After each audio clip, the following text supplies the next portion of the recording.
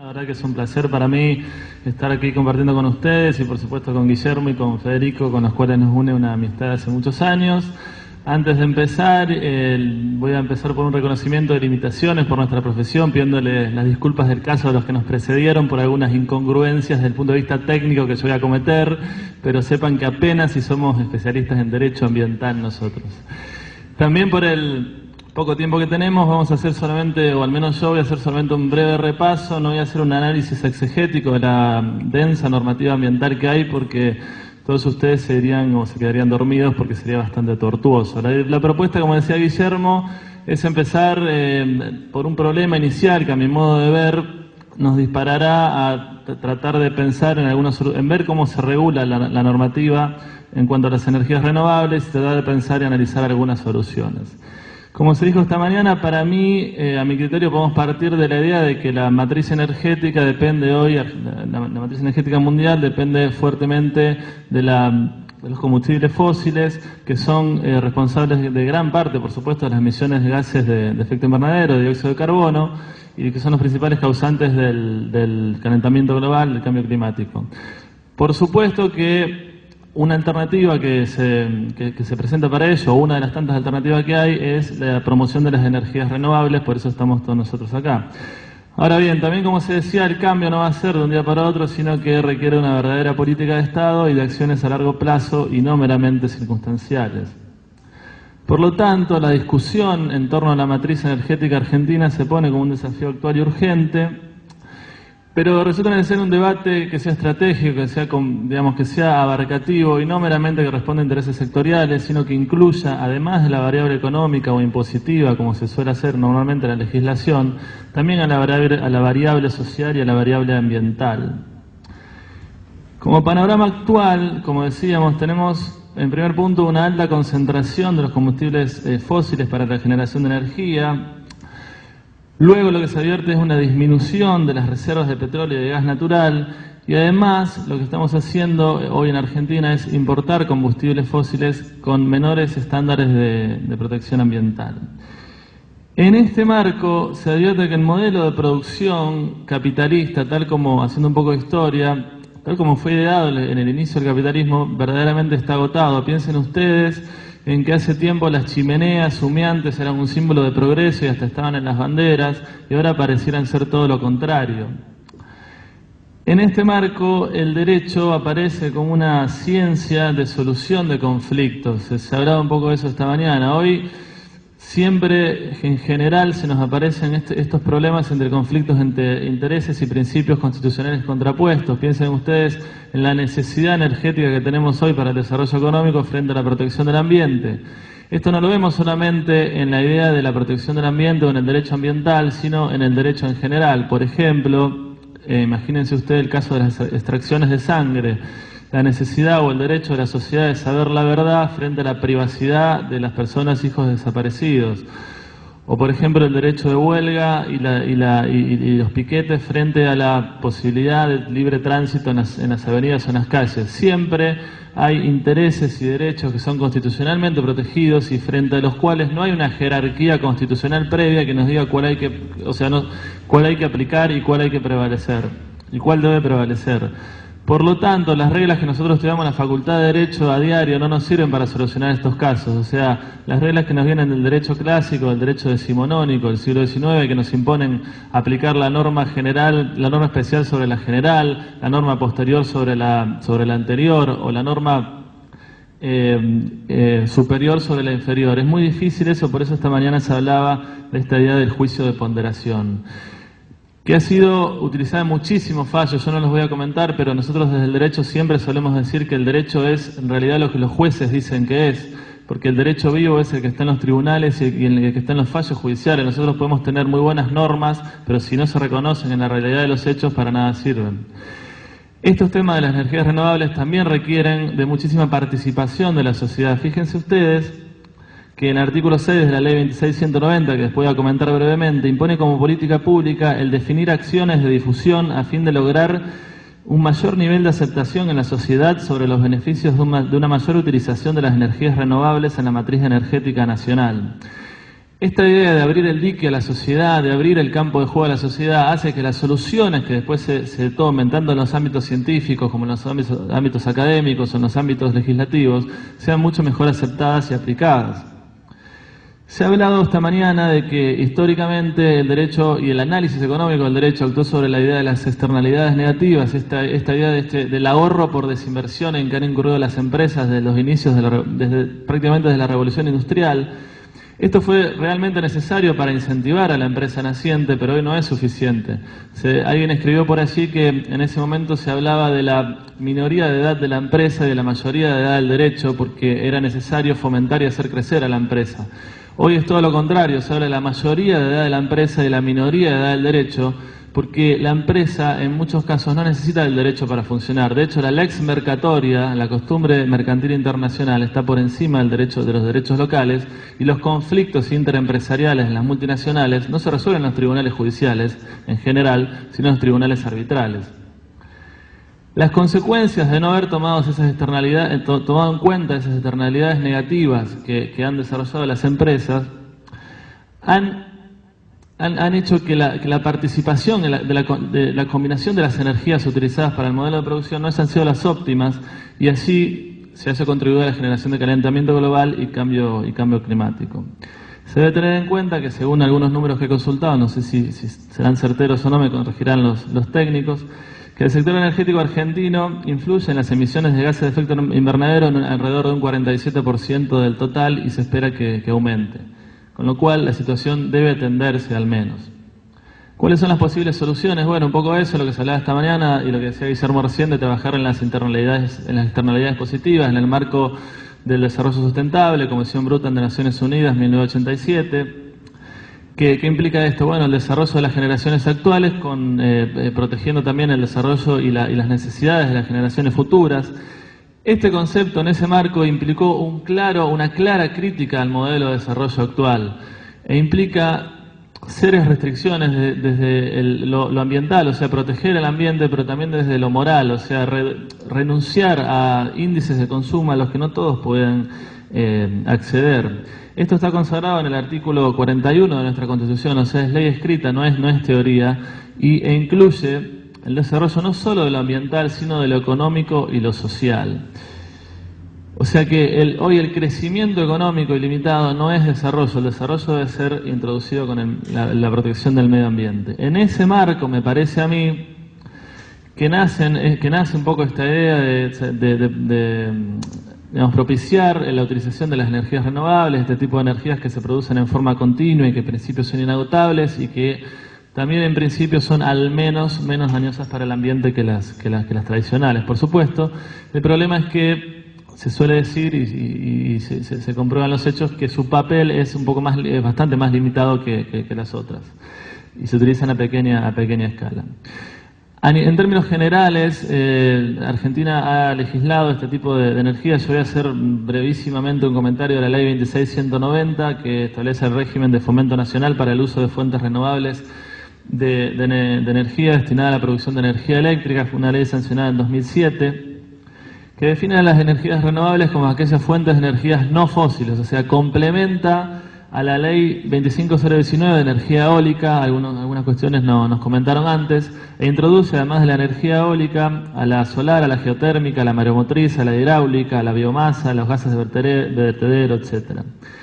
La autoridad de aplicación de esta ley es el Ministerio de Planificación a través de la Secretaría de Energía, excepto en cuestiones tributarias, en que la autoridad de aplicación es el Ministerio de Economía. Esta Secretaría de Energía tiene por la ley obligación, y lo ha hecho, de promover y aprobar proyectos de inversión en obras nuevas destinadas a la producción de energía eléctrica a través de fuentes de energías renovables, y ello teniendo en cuenta, en primer término, la creación de empleo, en segundo tiempo, minimizar los impactos ambientales, y en tercer término, favorecer la integración de las obras estas nuevas para la generación de energía eléctrica con fuentes no renovables con inversiones nacionales. El objetivo de la ley es un poco ambicioso, que es lograr una contribución de estas fuentes de energía renovables en un 8% total de la producción de energía eléctrica que se produce. Esto en 10 años, o sea que vencería en 2006. Actualmente según datos estadísticos, el porcentaje de energías renovables en la generación de energía eléctrica es entre un 2,4 y un 3%. Y la norma, para lograr eso, prevé una serie de beneficios, lo que le llama beneficios promocionales. Por un lado, las empresas pueden optar por la devolución anticipada del IVA en el caso de los bienes que utilicen para la producción de esta energía. Además, la amortización acelerada del impuesto a las ganancias de las inversiones que efectúen. Y por último, se establece la desgravación de dichos bienes en el impuesto a la ganancia mínima presunta. En lo que nos interesa, en el punto de vista ambiental, esta ley no es una ley de presupuestos mínimos de las que regula el artículo 41 de la Constitución Nacional. Aquellas leyes, esas leyes marcos generales que luego deben ser completadas por las provincias, según el caso Bilibar contra la provincia de Chubut, fallado por la Corte en el año 2007, complementar significa agregar algo a la legislación de presupuestos mínimos, siempre por arriba y nunca por abajo. Esta ley 26019 lo que es una ley de adhesión, o sea, invita a la Ciudad Autónoma de Buenos Aires y a las provincias a adherir a esta ley, pero no es una ley de presupuestos mínimos. Sería interesante, a nuestro modo de ver, que se regule la política energética en cuanto a las energías renovables mediante una ley de presupuestos mínimos que sea uniforme para todo el país.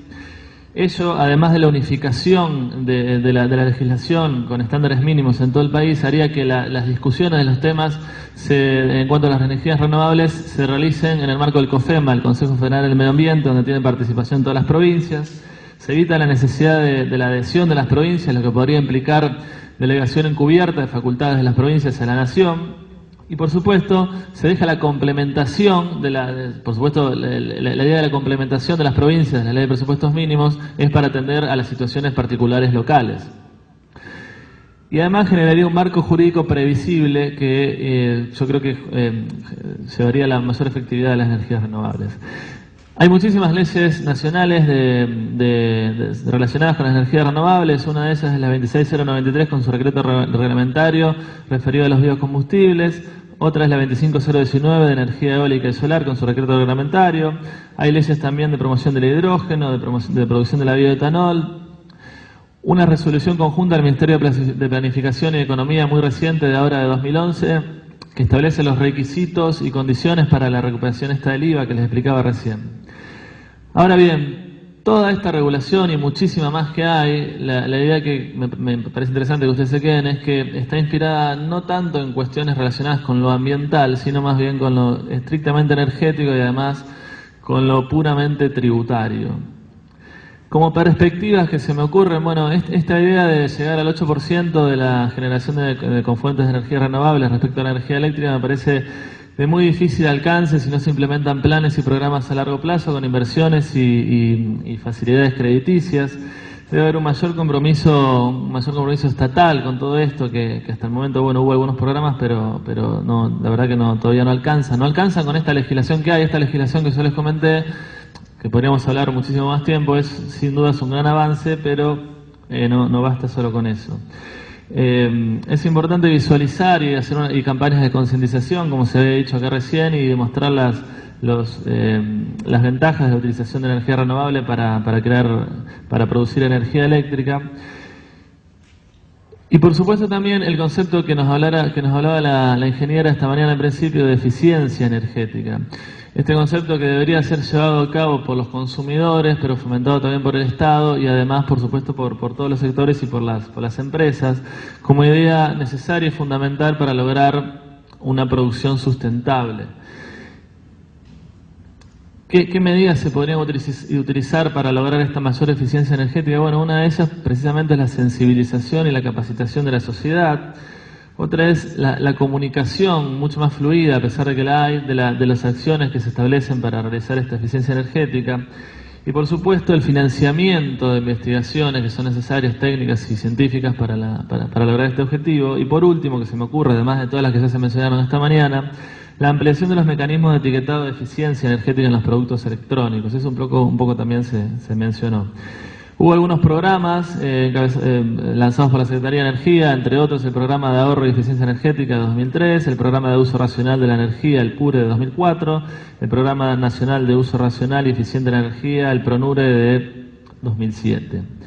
Ya para ir terminando, porque el tiempo me aqueja y pidiendo disculpas por lo rápido que estoy hablando, Se me ocurre pensar un poco en la idea de para qué sirve el derecho ambiental, digamos, para qué nosotros estamos aquí y qué relación hay un poco con la empresa y con esta idea de energías renovables. Bueno, el derecho ambiental en principio, si lo entendemos como un conjunto de normas y fundamentalmente de principios que tienden a regular la materia ambiental, pero en forma preventiva, precautoria, orgánica, sistémica, es realmente una herramienta que contribuye al cambio del modelo de producción actual, con el objetivo justamente ese, de que todos podamos producir y disfrutar del entorno, pero también dejarle una mejor calidad de vida a las generaciones futuras.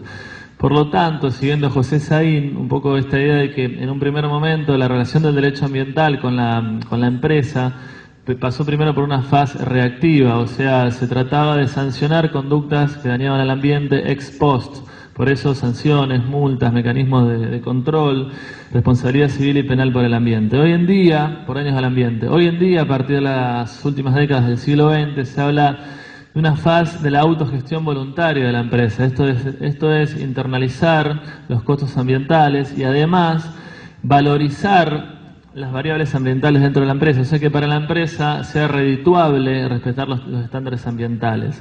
Hoy en día se habla fuertemente de una función social, una función ambiental de la propiedad, que en el Código Civil brasileño ya está positivizado, y aquí en los tribunales yo les traje un fallo de 2004 de la Cámara de Jujuy, que fíjense lo que dice.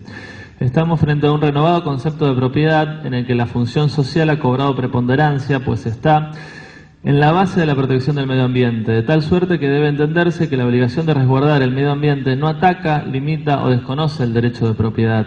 El propietario, como miembro integrante de la comunidad, está sujeto a obligaciones crecientes que ultrapasan los límites del derecho de vecindad en el ámbito del derecho privado, alcanzando el ámbito del derecho público.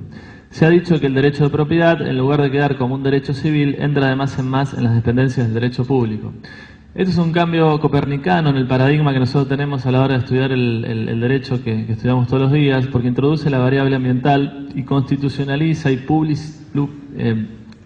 hay una publicitación del derecho ambiental, derecho privado.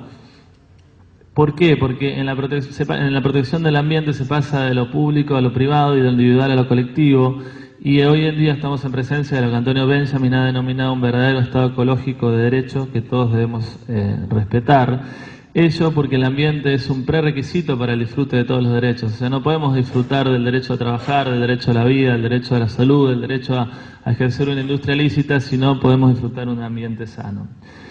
Como cierre, a mí se me ocurre que que hay muchas cosas por hacer, según lo que ya venimos diciendo, lo que se hablaba esta mañana, por supuesto, pero creo que estos marcos de participación, de intercambio, sirven para por lo menos lograr un derecho más inclusivo, más justo, más democrático y más respetuoso de los más débiles, y de incluir a la empresa en medios de producción con tecnologías más limpias y más sustentables que sean favorables para toda la sociedad. Muchas gracias.